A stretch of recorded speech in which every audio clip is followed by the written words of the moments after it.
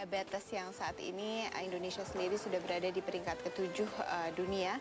Nah, Prof. Sidarta, bagaimana pandangan Anda terhadap pola hidup 3J yang sudah dilakukan terhadap masyarakat di Indonesia? Ya, memang kan untuk pencegahan diabetes dan pengobatan diabetes, itu kan yang paling penting adalah aktivitas fisik dan mengatur makan. Saya nggak pernah bilang itu diet. Kalau diet, ya udah nggak boleh makan ini, nggak boleh makan sebenarnya itu. Diet itu adalah pola makan ya, Dok ya? Mengatur makan. Mengatur makan itu tentu memang sebaiknya pilihlah jenis yang cocok, yang cukup, jumlah yang cukup, lalu makanlah sesuai jadwal. Kan orang kan banyak bilang, oh saya nggak makan nasi sedikit. Dia nggak cerita bahwa dia jajan. Bahwa jajan itu juga naikin gula. Nah, dengan pola 3J itu kan pola pikir ini, jadi orang akan berpikir jumlah makanannya mana yang boleh banyak, mana yang boleh dikit. Lalu kemudian jenis apa yang gulanya yang menaikkan gula, jenis apa yang tidak terlalu menaikkan gula. Ya, lalu kemudian jadwalnya juga nggak boleh, saya nggak mau makan nggak mau makan 3 kali, saya sekali aja, tapi 3 porsi. Ya, jangan juga, harus bagi 3. Nah, pola mindset seperti ini akan lebih bagus untuk mencegah dan mengobati. Jadi dalam pengobatan diabetes juga paling penting itu bukan obat seperti saya katakan tadi. Nah, hanya dengan makanan seperti ada pilihan seperti diabetesol itu, jadi kalau suatu saat dia mau memperhatikan jumlahnya, dia tahu pilihnya berapa, karena itu ada tulisannya berapa kalori, berapa karbohidratnya. Di semua makanan sekarang itu ada food label. Perhatikanlah food label itu, dan nanti bisa ganti-ganti makan apa. Oke. Kandungan kalori dari diabetasol sendiri berapa besar? Ya, 1 gelas diabetasol itu kalorinya 260. Jadi setara dengan menemani sarapan pagi dan selingan pada malam hari. Jadi kalau sarapan tuh kira-kira kita kebutuhannya 320. Jadi masih bisa 1 gelas diabetasol dengan sepotong roti, itu masih aman. Oke. Nah, ini masih banyak yang belum paham bagaimana mengatur makanan selingan-selingan ini. Seperti apa sih sebenarnya pemilihan yang baik?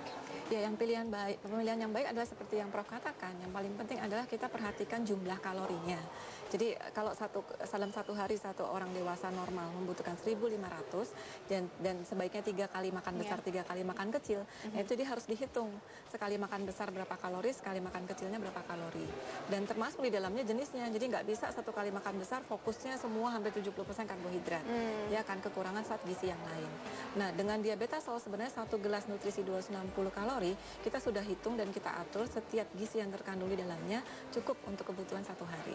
Oke. Nah, Dok, ketika sudah menerapkan pola-pola makan yang baik seperti ini, dampaknya akan langsung terasa seperti apa bagi mereka yang sudah terkena diabetes? Ya, paling tidak kalau mereka ada alternatif kan. Kita tahu ngatur makan kan seumur hidup ya. Kalau pilihannya cuma segitu, tuh lama-lama kan bosan. Ya. Jadi dengan adanya pilihan-pilihan seperti ini, dia bisa bervariasi dalam makanan sehari-hari. Yang makan paginya bisa diganti-ganti, begitu juga snacknya bisa diatur-atur, ya. Karena kan seumur hidup kita gitu. Nah, dengan cara begitu dia akan lebih rileks gitu. Janganlah makanan jadi musuh. Biasanya diabetes gitu. Kalau udah tahu, aduh nanti saya nggak boleh makan ini, nggak boleh makan itu. Oh, nanti udah berdaftar, ini nggak boleh, ini nggak boleh. Nggak, semua boleh. Cuman ada yang boleh banyak, ada yang boleh sedikit. Ya, makan apa saja. Ya, karbohidratnya, ya ini, makanan ini kok kadarnya tinggi. Ya, oleh karena itu saya makan ini sedikit. Nah, ini rendah, saya bisa lebih banyak. Nah, itu harus ada pembelajaran sih, harus edukasi. Lama-lama bisa. Nah, kadar-kadar makanan yang dengan memiliki indeks glikemik rendah ini apa, Dok?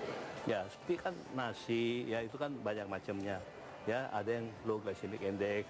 Nah, glycemic index itu hanya memberi gambaran bahwa puncaknya kalau dimakan, puncak gula di dalam darah naiknya lebih cepat dan lebih tinggi. Nah, kalau low glycemic index dia lebih lambat gitu. Jadi kalau orang yang gula darah tinggi pakai yang low glycemic index naiknya nggak tinggi. Ya. Nah, tapi memang kalau tetap low glycemic index makannya 2 piring ya tetap aja naik. Ya, jadi tetap harus sama. Seberapa besar sih porsi pengaturan pola makanan ini dapat menekan sakit atau menekan diabetes itu sendiri dibandingkan jika kita olahraga tapi makannya juga masih ya mungkin suka-suka begitu? Ya, asal balance saja. Kalau makannya banyak, olahraganya banyak, impas. Tapi kalau makannya banyak terus nggak olahraga, ya disimpan. Kalau disimpan sebagai lemak, nanti suatu saat dipecah sebagai karbohidrat, ya gulanya gampang naik. Ya jadi balance itu sih yang penting. Harus dipahami input dan outputnya begitu ya. Iya, betul. Nah, kalau saya lihat di buku panduan praktis menu yang sudah diberikan oleh Kalbe ini memang sengaja dibuat rasanya ya untuk bisa memberikan edukasi yang lebih baik terkait diabetes.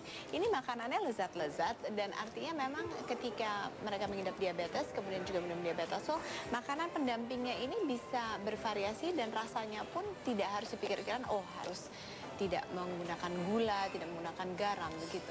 Ya, jadi seperti yang sudah Prof katakan juga bahwa bagi penyandang diabetes, yang penting itu bukan dietnya. Bukan diet harus memilih mana yang boleh dimakan atau tidak, atau jadinya di makanan jadi tidak enak, bukan. Oleh karena itu kami menerbitkan buku ini yang kita bagi-bagikan kepada penyandang diabetes adalah untuk membantu. Intinya boleh makan apa saja, yang penting jumlah, jadwal, jenisnya yang kita perhatikan. Dan di sini juga kita bekerja sama dengan chef untuk diciptakan beberapa resep dan juga yang paling penting ada kamus kalori. Jadi setiap kali penyandang diabetes mau makan, jadi dia tahu nih kalau makanan ini saya pilih nggak ya, kalorinya berapa, kalau yang ini berapa.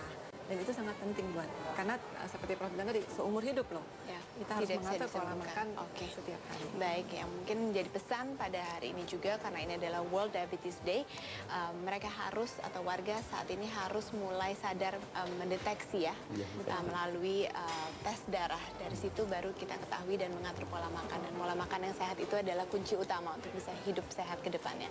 Baik, terima kasih Ibu, terima kasih juga Prof atas perbincangan pagi ini. Kita harus tutup sampai di sini. Dan pemirsa, kita harus tutup perbincangan sampai di sini. Saya Gadiza Fauzi undur diri. Terima kasih, sampai jumpa.